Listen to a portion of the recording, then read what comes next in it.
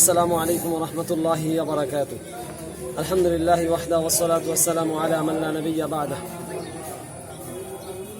আলহামদুলিল্লাহ, আল্লাহ সুবহানাহু ওয়া তাআলার কাছে অসংখ্য শুকরিয়া। আল্লাহ সুবহানাহু ওয়া তাআলা দ্বীনি দাওয়াতি কাজে আমাদের আজকের এই সফরকে আল্লাহ সুবহানাহু ওয়া তাআলা সফলভাবে সম্পন্ন করার তৌফিক দান করেছেন। আলহামদুলিল্লাহ, আপনারা সারা দেশ থেকে অধীর আগ্রহে অপেক্ষা করছিলেন এবং আপনারা জানেন আজকে 31শে মে 2018 তারিখে কিশোরগঞ্জের মডেল থানায় কিশোরগঞ্জের একটি মসজিদকে কেন্দ্র করে স্বল্পমারিয়া এলাকায় মসজিদে তাকওয়া নামে একটি মসজিদ ভেঙে ফেলার হুমকি দেয়া এবং তৎসংশ্লিষ্ট বিভিন্ন বিষয় নিয়ে উত্তেজনার প্রেক্ষাপটে কিশোরগঞ্জ মডেল থানায় ওসির আমন্ত্রণে বাংলাদেশের হানাফি ওলামা ইকরাম এবং আহলুল হাদিস ওলামা ইকরাম তাদেরকে একত্রিত করা হয়েছিল। কিশোরগঞ্জ মডেল থানার ওসি সাহেবের আমন্ত্রণে আমরাও আহলুল হাদিসদের পক্ষ থেকে আমাদের ওস্তাদ শায়েখ ডক্টর মোহাম্মদ মুসলিহউদ্দিন স্যারের নেতৃত্বে প্রায় 10 থেকে 12 জনের আলেমদের একটি প্রতিনিধি দল আমরা সকালে কিশোরগঞ্জের উদ্দেশ্যে যাত্রা শুরু করি এবং সেখানে আমরা সময় মতো পৌঁছি, জোহরের সালাত আদায় করি থানা মসজিদে। এবং আমাদের হানাফি ওলামা ইকরামের মধ্যেও তারা 7 জনের একটি টিম সেখানে কিছুক্ষণের মধ্যে উপস্থিত হন। আমাদের আহলুল হাদিস ওলামা ইকরামের মধ্যে যারা উপস্থিত ছিলেন তাদের মধ্যে টিম লিডার হিসাবে ছিলেন ডক্টর মোহাম্মদ মুসলিহউদ্দিন, শেখ মুফতি মোহাম্মদ মনিরউদ্দিন, শেখ মোহাম্মদ হারুন হুসাইন, ডক্টর মোহাম্মদ আবু তাহের, 5 নম্বরে শেখ আব্দুর রাজ্জাক সালাফি, 6 শেখ আবদুল্লাহ শাহেদ মাদানী, 7 শাহাদাত হুসাইন খান ফয়সাল। এছাড়াও ছিলেন শেখ আনিসুর রহমান মাদানী, শেখ মুস্তাফিজুর রহমান, শেখ জাহাঙ্গীর আলম ইসলাহি। এছাড়াও আরও কয়েকজন ছিলেন, আমরা সবার নাম এখানে বলতে পারছি না সময় সংক্ষিপ্ততার কারণে। এরপরে হানাফি ওলামা ইকরামের পক্ষ থেকে বিশেষ করে কিশোরগঞ্জের ঐতিহাসিক শহীদি মসজিদের খতিব এবং আল জামিয়াতুল ইমদাদিয়া কিশোরগঞ্জের মোহতামিম মহাপরিচালক হজরত মাওলানা আজহার আলী আনোয়ার শাহ সাহেবের সার্বিক তত্ত্বাবধানে 7 জন আলোচক উপস্থিত থাকার জন্য তালিকা থানায় জমা দিয়েছেন। সেই 7 জনের নাম আমি শুধুমাত্র একটু পড়ে শোনাচ্ছি। 1 হজরত মাওলানা মুফতি লুৎফুর রহমান ফারাইজি সাহেব, 2 হজরত মাওলানা মুফতি মোহাম্মদ শামসুদ্দোহা সাহেব, 3 হজরত মাওলানা শোয়াইব আব্দুর রৌফ সাহেব, 4 হজরত মাওলানা মুফতি শামীম ওসমান সাহেব, 5 হজরত মাওলানা মুফতি সোহাইল আহমদ সাহেব, 6 হজরত মাওলানা মুফতি সাইয়্যেদ মোহাম্মদ সিরাজুল হুদা সাহেব এবং 7 মাওলানা মুফতি আব্দুর রহিম সাহেব। ওনারাও উপস্থিত ছিলেন।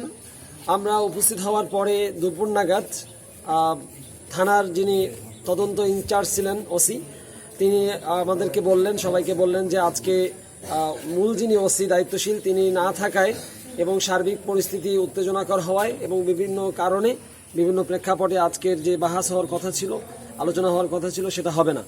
আপনারা সবাই আপনাদের সবার স্থানে চলে যান।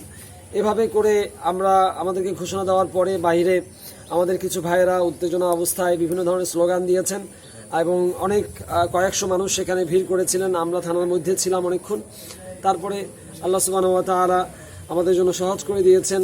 আমাদের পুলিশ প্রশাসনের সাথে তদন্তে যিনি থানায় ছিলেন তার সাথে আমরা কথা বলেছি মুসলিউদ্দিন স্যারের নেতৃত্বে এবং পরবর্তীতে তারা ডক্টর মুসলিউদ্দিন স্যার মসজিদের নিরাপত্তা রক্ষায়, অর্থাৎ তাকওয়া মসজিদের যে নিরাপত্তা নিয়ে শঙ্কা ছিল সেই নিরাপত্তা রক্ষার জন্য থানার কাছে আবেদন জানিয়েছেন, খেয়াল রাখার জন্য বলেছেন। তারাও আশ্বাস দিয়েছেন যে খেয়াল রাখবেন, ইনশাআল্লাহ এই নিয়ে আর কোনো সমস্যা হবে না।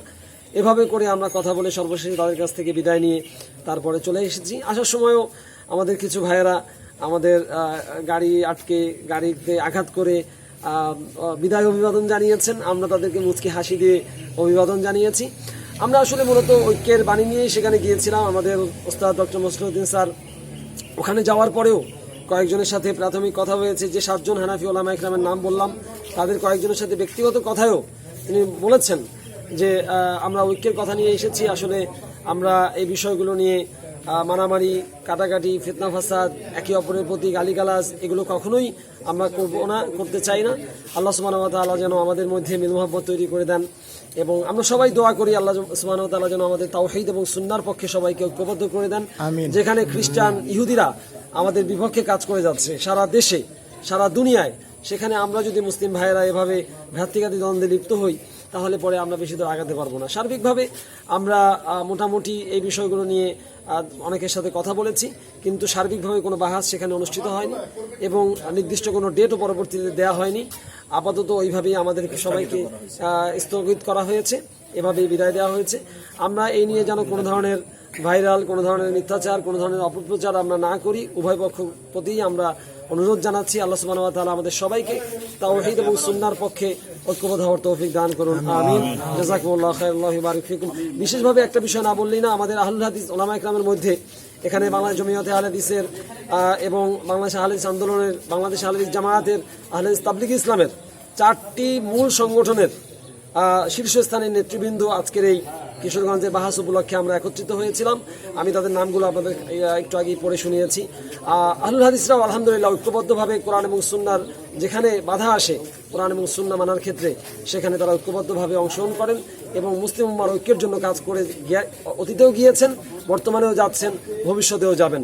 আল্লাহ সুবহানাহু ওয়া তাআলা আমাদের সবাইকে তাওহীদ এবং সুন্নাহর পতাকা তলে ঐক্যবদ্ধ হয়ে কোরআন এবং সুন্নাহকে মূলনীতি হিসাবে গ্রহণ করে সার্বিক জীবন পরিচালনা করার তৌফিক দান করুন, আমিন। আকুলু কাওলি হাযা আস্তাগফিরুল্লাহ লি ওয়া লাকুম ওয়া লিসাইরিল মুসলিমিন ইন্নাহু হুয়াত তাওয়াবুর রহিম। আসসালামু আলাইকুম ওয়া রাহমাতুল্লাহি ওয়া বারাকাতুহু।